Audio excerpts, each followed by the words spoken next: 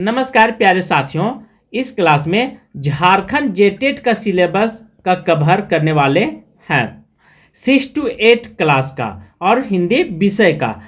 Authentic तरीके से authentic बिंदुओं पर आप जरूर फोकस कीजिएगा।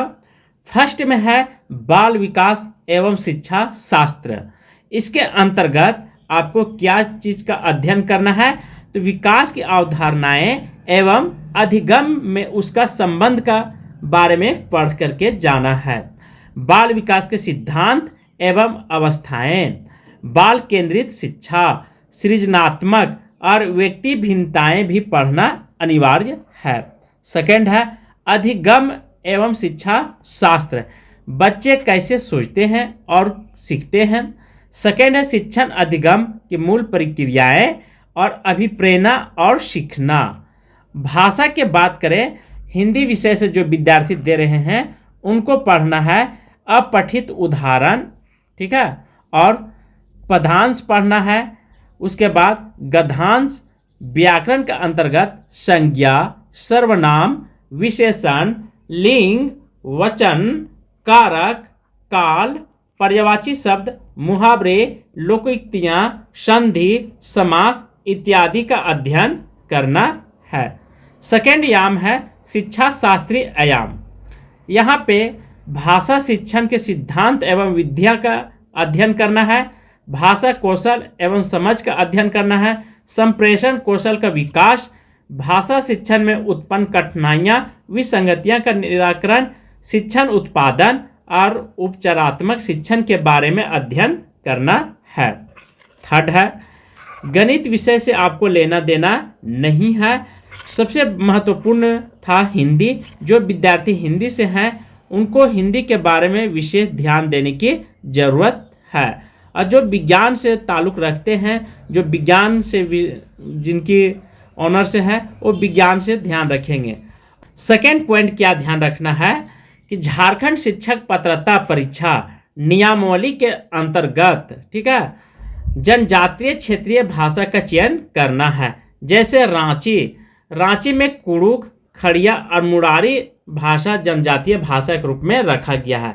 उसी के तर्ज पर जो विद्यार्थी रांची से बिलोंग करते हैं उनको कुरमाली, पचपराज्ञा और बंगला, नागपुरी, इन 4 विषयों को आप रख सकते हैं पेपर 2 में, ठीक है, जहाँ पे क्षेत्रीय भाषा का चयन करने का प्रावधान दिया गया है।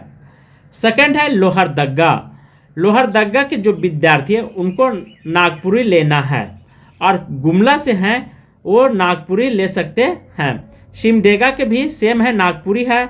उसी प्रकार पश्चिमी सिंहभूम के जो विद्यार्थी हैं बिलोंग करते हैं वो कुरमाली और उड़िया रखने का प्रावधान दिया गया आपको, ठीक है, ये भूलेंगे नहीं।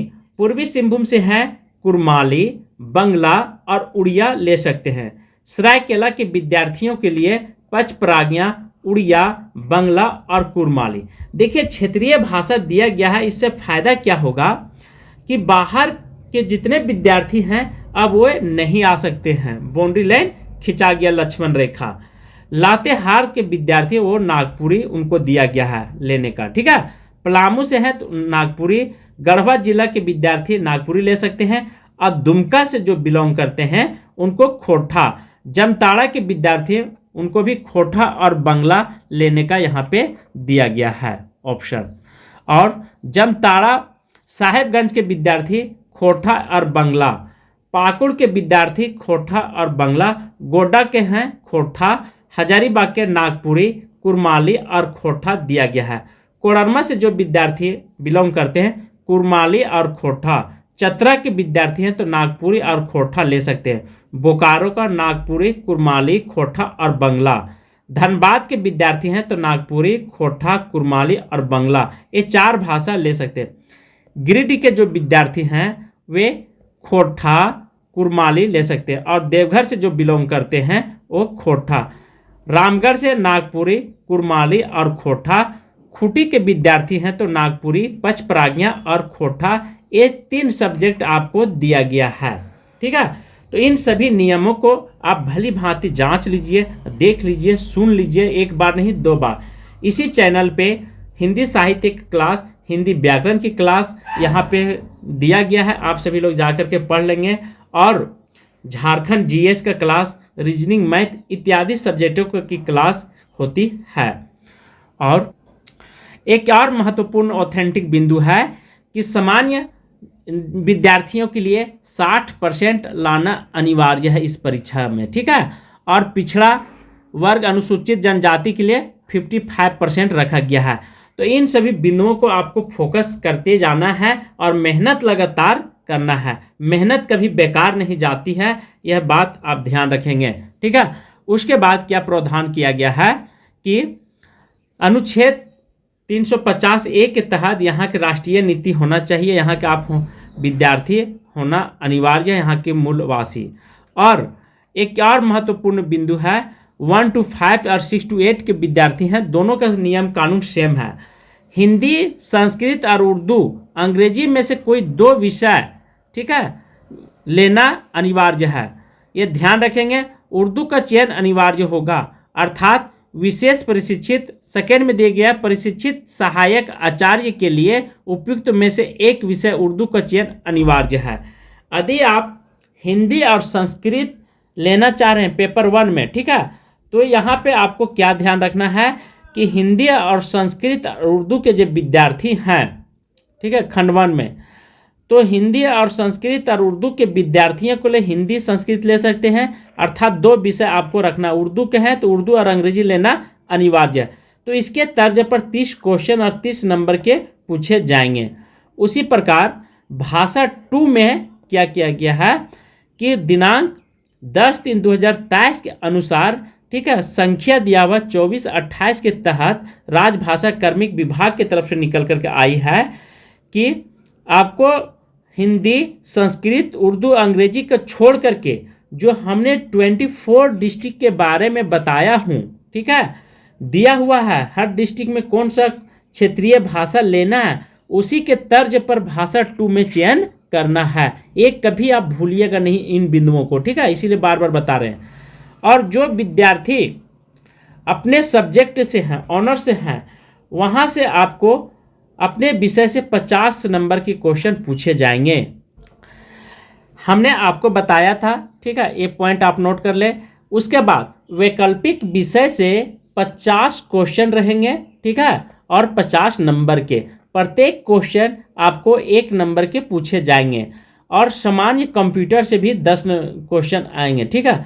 ये कंप्यूटर हर व्यक्ति के लिए अनिवार्य है, चाहे आप हिंदी से हैं, इंग्लिश से हैं या साइंस विषय से बिलोंग करते हैं, ठीक है, तो भी आपको 10 नंबर का कंप्यूटर पूछे जाएंगे। इस तरह से टोटल मिला करके 150 नंबर और 150 क्वेश्चन हो जाते हैं।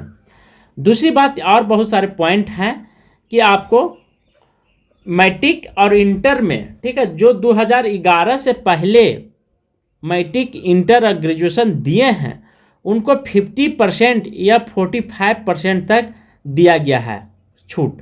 और जो 2011 के बाद विद्यार्थी पास किए हैं ग्रेजुएशन या इंटर, उनको 50 या 55% अनिवार्य रूप से होना चाहिए, तभी आप इस फॉर्म को फिलअप कर सकते हैं, अन्यथा नहीं कर सकते हैं। और कुछ दिव्यांग विद्यार्थी हैं तो उनको कुछ आरक्षण दिया गया है, ये सब आपको ध्यान रखना। देख लीजिए यहाँ घ में यह प्रावधान किया गया है।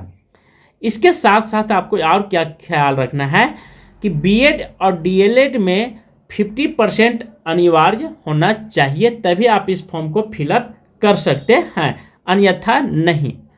तो इन सभी बिंदुओं को आपको हर हाल में ध्यान रखना है, नहीं तो 8 साल के बाद आपको क्या है कि जेटेट परीक्षा में मौका मिल रहा है बैठने का, आप यदि इसे खो देते हैं तो बहुत बड़ी गलती आप करेंगे। और एनसीटी की गाइडलाइन के अनुसार आपका डिग्री होना चाहिए। जिस संस्था से यदि आप डीएलएड या बीएड किए हुए हैं तो आपको क्या होना चाहिए कि वहाँ पे प्रावधान होना चाहिए, मान्यता प्राप्त होना चाहिए, ये भी आप ध्यान रखेंगे। जनजातीय भाषा को लेकर के बहुत सारे उपाय है। तो देखिए आप जनजातीय भाषा यहाँ पे चयन करने का प्रावधान दिया गया है, तो इससे फायदा क्या होगा कि अब बाहर के लोग नहीं आएंगे। और साथ ही साथ यह भी ध्यान रखें कि 58 वर्ष जिनका हो गया है इस फॉर्म को फिलअप कर सकते हैं, क्योंकि 8 वर्षों तक यहाँ पे फॉर्म फिलअप करने का प्रावधान दिया गया है, छूट दिया गया है, क्योंकि 7-8 वर्षों के अंतर्गत यहाँ पे झारखंड में जेटेट की परीक्षा नहीं ली गई है। इसी के तर्ज पर यहाँ पे आपको मौका मिल रहा है। तो इन सभी बिंदुओं पर आपको फोकस करते जाना है और लगातार मेहनत करना है। ठीक है, 6 to 8 का कठिनाई लेवल इंटर होगा और 1 to 5 का कठिनाई लेवल मैट्रिक पर रखी गई है। तो दोनों स्तर को आप समझ लीजिए, उसी के अकॉर्डिंग आपको उसी के तर्ज पर तैयारी करना है। तो आज की क्लास मैं यहीं पे समाप्त कर रहा हूँ। थैंक यू, धन्यवाद।